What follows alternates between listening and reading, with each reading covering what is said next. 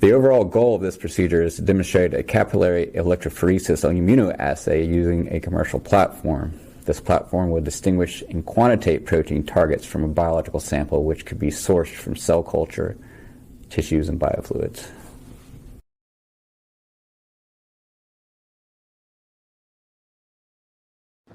The process examines protein based on size that range from 2 to 440 kilodaltons.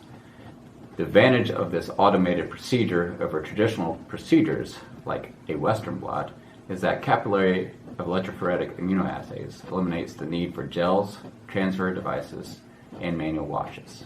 Also, the absolute amount of protein required is approximately 10 times less, making the procedure ideal for rare cell types or limited samples. In addition, results are obtained in as little as 3 hours using automated systems and have been shown to be more quantitative and reproducible than conventional Western blot procedures.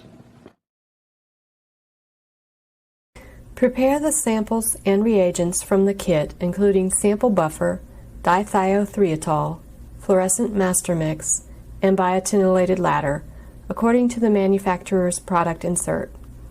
Prepare the protein samples using your favorite method. Here we isolated whole cell extract from Beast IIb cell cultures. Dilute the protein samples with sample buffer. Mix 1 part 5x fluorescent master mix with 4 parts diluted sample to achieve the desired final protein concentration.